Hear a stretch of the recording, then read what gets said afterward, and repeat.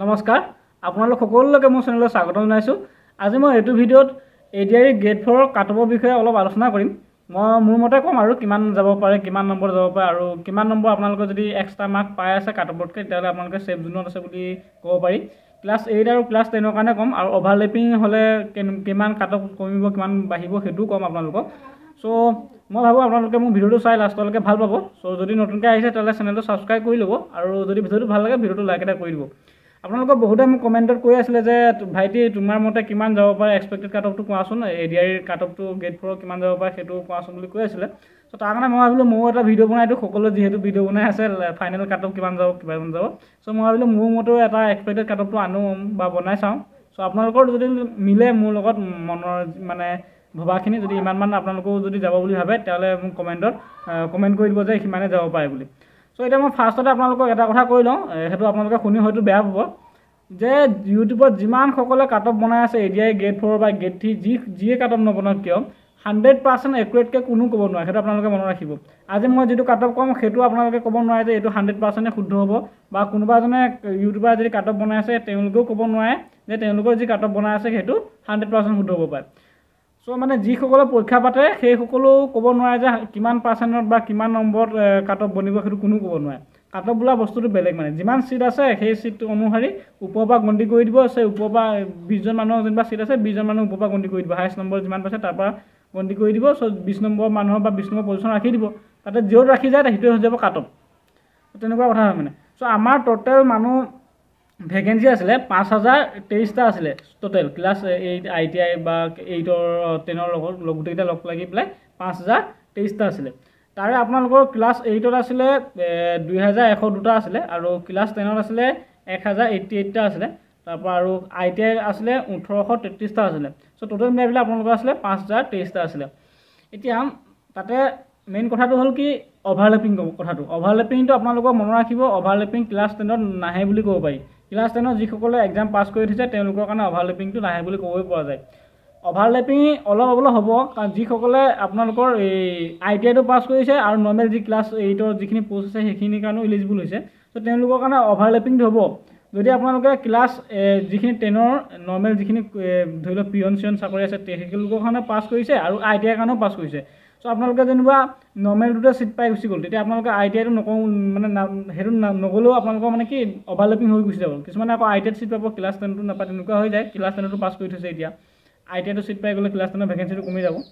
চ' class 10ৰ যিটো overlapping আছে সেইটো একেবাৰে নাই বুলি ক'ব পৰা যায়। কিছুমানে ধৰি লওক ক্লাছ 10ৰ গ্ৰেড 4 ভাইভা দিলে, কিন্তু কিছুমানে কি বুলি কয় পুলিচৰ চাকৰিটো পাই গুচি গ'ল, ত' তেওঁ মানে নাহিব। কিছুমানে SSC GD দিছিলে, SSC GD পাই গুচি গৈছে। ত' তেনেকৈ মানে ক্লাছ 10ৰ যিখিনি পষ্ট আছিলে বা ক্লাছ 10ৰ যিখিনি মানুহ আছিলে সেইকেইটা অকণমান কমিছে। তথাপিও অভাৰলেপিংটো একেবাৰে নাই বুলি ক'ব পাৰে ক্লাছ 10ৰ কাৰণে।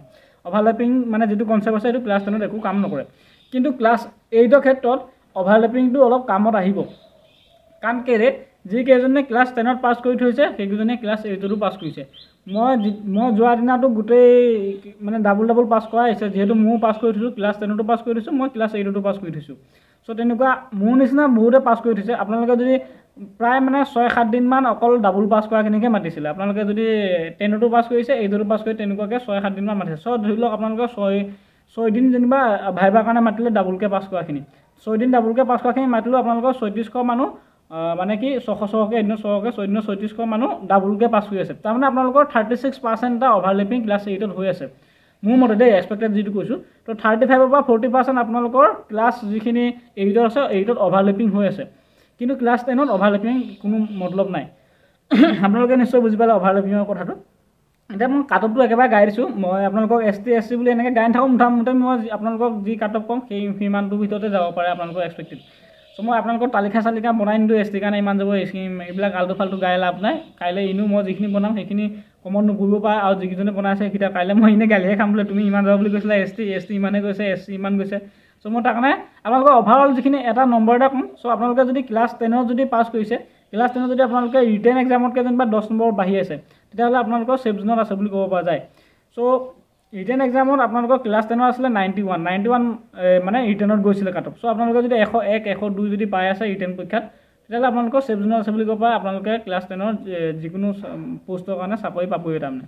নেক্সট আপোনালোকৰ যদি ক্লাছ 8ৰ ক্ষেত্ৰত কিন্তু নম্বৰটো কমি যাব 10 নম্বৰ পালে তাতকৈ কমতে আপোনালোকৰ এই চাকৰি পোৱাৰ চান্স আছে ৰিটাৰ্ণ এক্সামতকৈ চ' আপোনালোকৰ ক্লাছ 10ৰ 99 মোটামুটি আপোনালোকৰ 100 নম্বৰ গৈছিলে বুলি ক'ব পাৰি ইউআৰৰ ক্লাছ 8ৰ চ' ক্লাছ 8ৰ আপোনালোকৰ 99 কাট অফ গৈছিলে মোটামুটি 100 যাব গৈছিলে বুলি ক'ব পাৰি চ' আপোনালোকে যদি 108 105 যদিও পাই আছে ক্লাছ 8ত চ' ইউআৰ কেটেগৰী মানুহখিনি পাই যাব মানে আপোনালোকে কাট অফতকৈ যদি 7 6 বা 8 ইমানো যদি বাঢ়ি আছে ক্লাছ 8ত পাই যোৱাৰ চান্সেছ আছে কাৰণ কেলে আপোনালোকে সদায় মনত ৰাখিব যে কাট অফটো যাই আছে ধৰি লওক কাট অফ 80 গৈছে 81 82 83 84 ইমানলৈকে পুৰা সংখ্যা বহুত থাকে মানে বহুত মানুহ এইখিনি ভিতৰত 1 নম্বৰতে বহুত কেইজন সংখ্যা সোমাই গুচি যায় মানে 1 নম্বৰতে আপোনালোকৰ 100জন 50জন মানুহ সোমাই গুচি যায় কিন্তু যেতিয়ালৈকে ওপৰলৈ গৈ থাকিব তেতিয়াহ'লে সংখ্যাটো কমি গুচি আহে মানে চ' ধৰি লওক 80 কাট গৈছে 84লৈকে আপোনালোকৰ একদম মানুহ ঠেচি থাকিব বহুত সংখ্যা মানে সোমাই থাকিব কিন্তু 86 87ত কি হৈ যায়গৈ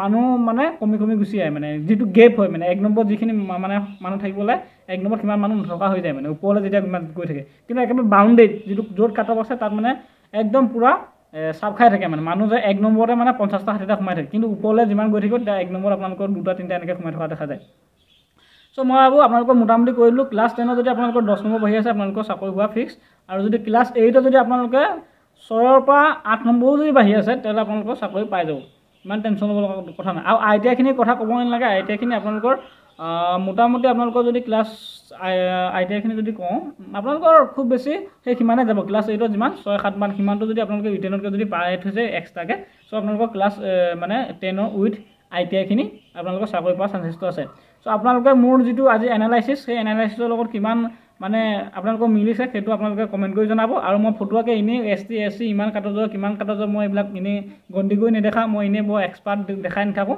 মোটামুটি আপোনালোকে এটা কথা বুজক যদি ক্লাছ 10ৰ 10 নম্বৰ যদি বাঢ়ি আছে তেতিয়াহ'লে চাকৰি পোৱা ফিক্স আৰু ক্লাছ 8ত যদি আপোনালোকৰ 6ৰ পৰা 8 নম্বৰ ভিতৰত যদি বাঢ়ি আছে তেতিয়াহ'লে আপোনালোকৰ ক্লাছ 8তো চাকৰি পোৱা ফিক্স চ' থেংক ইউ মই ভাবোঁ আপোনালোকে ভিডিঅ'টো ভাল পালে চ' লাইক এটা কৰি দিব আৰু চেনেলটো ছাবস্ক্ৰাইব কৰি দিওঁ যদি প্ৰথমবাৰ কাৰণে আহিছে ধন্যবাদ